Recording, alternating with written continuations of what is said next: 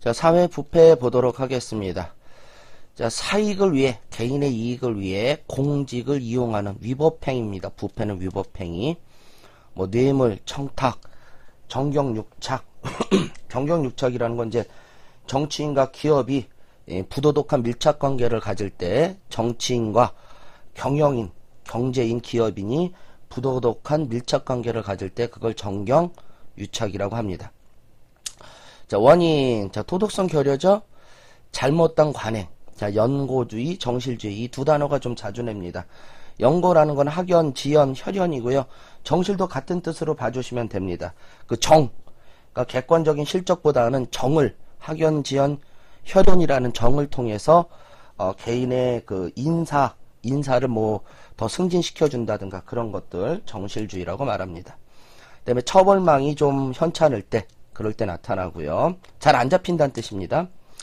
자, 결과 사회적 간접자본이 감소한대. 그리고 간접자본이 뭔데? 조금 이따 하겠습니다. 자, 퍼트너 후쿠야마가 한 얘기인데 부정부패가 만연하면 불신이 증대되고 그러면 비효율적으로 변하고 그 사회는 불공정 사회가 된다. 그러니까 사회는 발전할 수 없다 그 뜻입니다. 즉 뇌물을 받은 사람은 당장 돈을 벌었지만 사회 전체는 불공정한 사회가 되고 비효율적 사회가 된다. 자, 인적 물적 자원. 자, 반대말 사회적 자본입니다. 인적 물적 자본이 있고요. 사회적 자본이에요. 즉 똑똑한 사람이 많고 지하자원이 많으면 그 나라 잘 살겠죠. 근데 그것보다 또 중요하게 강조돼야 될 게 뭐냐면 사회적 자본입니다. 이거예요. 그 사회가 신뢰가 높아야 되고요. 소통이 높아야 되고요. 구성원 간의 협동이 높아야 됩니다. 이러면 물적 자원이나 인적 자원이 부족해도 잘 살 수 있다 그 뜻입니다. 그래서 이것을 뭐라고 말한다? 제3의 자본, 신뢰, 소통, 협동, 다른 말로 관계, 자본이라고도 말합니다. 사회 구성원이 공동의 문제를 해결하는 데 참여하는 조건, 특징 이런 것이 신뢰, 소통, 협동이고 이것은 사회적 자본이라고 한다. 알아주시면 되십니다. 자, 지금부터 또 요거 중요합니다. 잘 보셔야 돼요. 요게 시험 문제로 많이 냅니다. 사회 부패 방지. 부패를 방지해야지 정의가 이루어지겠죠? 그래서 두 가지 모델이 있습니다. 기대 비용 모델이 있고요. 이걸 다른 말로 부패 기대 비용이라고 한번 생각해 볼 수 있습니다. 요거 한번 볼게요. 기대 비용 모델이라는 것은 비용이 올라가면 수요는 줍니다. 수요가 준다라. 여기서 수요라는 건 부패 행위지. 즉 부패 행위가 줄어든다는 뜻이에요. 내가 어떤 행위를 할 때 비용이 올라가면 그걸 부패 기대 비용이라고 볼 수 있습니다. 자, 내가 어쩔 때 부패를 안 저지른다? 자, 적발 확률이 높으면 부패 안 저지르겠죠. 처벌 확률이 높으면 부패 안 저지르겠죠. 자, 그 다음에 처벌의 강도가 높으면 부패 안 저지르겠죠. 즉 부패한 자에 대해서 잘 잡히고 제대로 처벌하고 강하게 처벌한다면 부패는 줄어들 것이다. 그걸 기대 비용 모델, 부패 기용 모델, 부패의 기대 비용. 요거 생각해 주시고 또 하나는 그럼 이제 부패는 감소한다는 뜻이고요. 주인 대리 모델이 있어요. 주인은 국민이란 뜻입니다. 대리인은 공무원이란 뜻이죠. 자, 두 가지로 봐야 됩니다. 독점권이 높아요. 그 다음에 재량권이 높습니다. 독점권과 재량권이 높으면 이건 공무원이에요. 공무원이 자기의 업무에 대해서 독점권과 재량권이 높으면 부패 수준은 당연히 높아지겠죠. 자, 아리스토 응보조적 그냥 잘못 나왔는데 그냥 넘어갈게요. 공무원의 책임성이 높으면, 투명성이 높으면, 자, 이러면은 부패는 줄어들겠죠. 그 공무원의 책임이 높고 그 사회의 투명성이에요. 그 사회가 투명하다면 부패를 저지를 수 없겠죠. 부패 수준은 낮아진다. 자, 정의 두 가지로 한번 나눠봤습니다. 응보적 정의.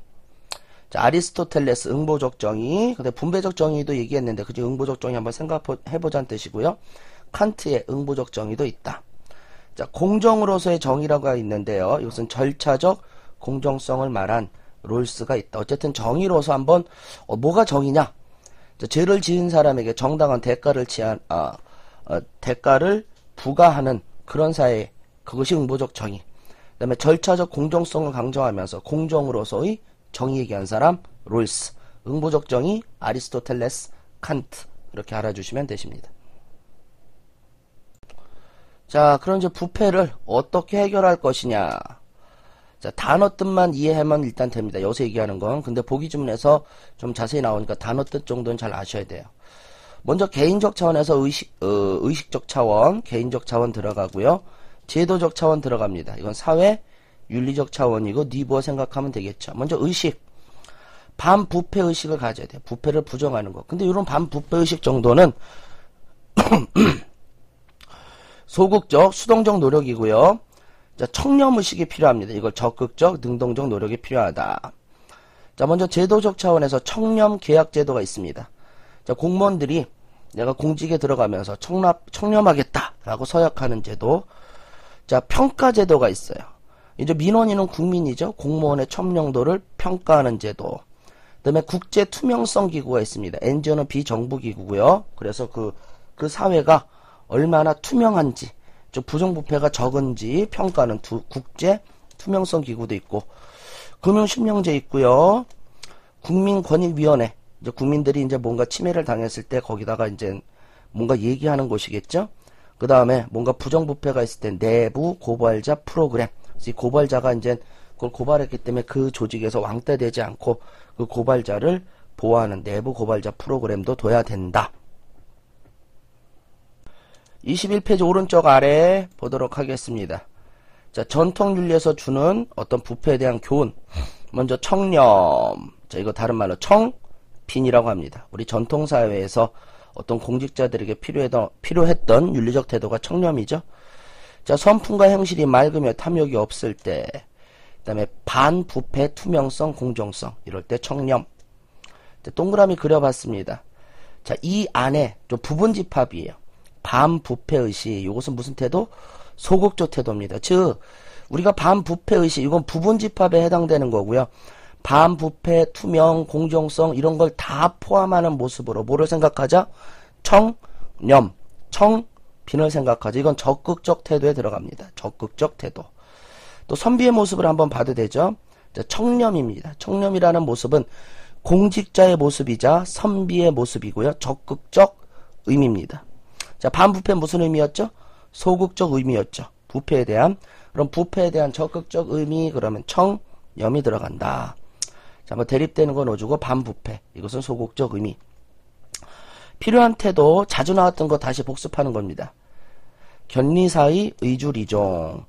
이익을 보고든 의를 생각하자. 도덕적 의로움을 경제적 이익보다 더 강조. 자, 멸사봉공. 자, 성공우사도 생각나야겠죠? 사익과 공익 중에 공익을 먼저 우선시 여긴다. 사적인 것보다는 공적인 걸 우선. 그 다음에 청백리 정신, 청렴하고 결백한 태도. 자, 정약용이 한 말입니다. 뇌물 받으면 그건 그들만이 아는 것이 아니라 누구나 다 안다. 자, OX 문제 풀어볼게요. 안 되죠. 용서하면 안 됩니다. 이래도 안 되죠. 정실주의, 연고주의 안 돼요. 자, 공정한 게 더 중요한 거죠? 안 되죠. 사회구조제도를 개선한다. 근데 여기서 사회구조제도를 개선한다는 건 맞았지만 틀린 것은 연고주의를 토대로, 이게 틀렸습니다. 자, 공정성을 강조하자. 이게 답이죠.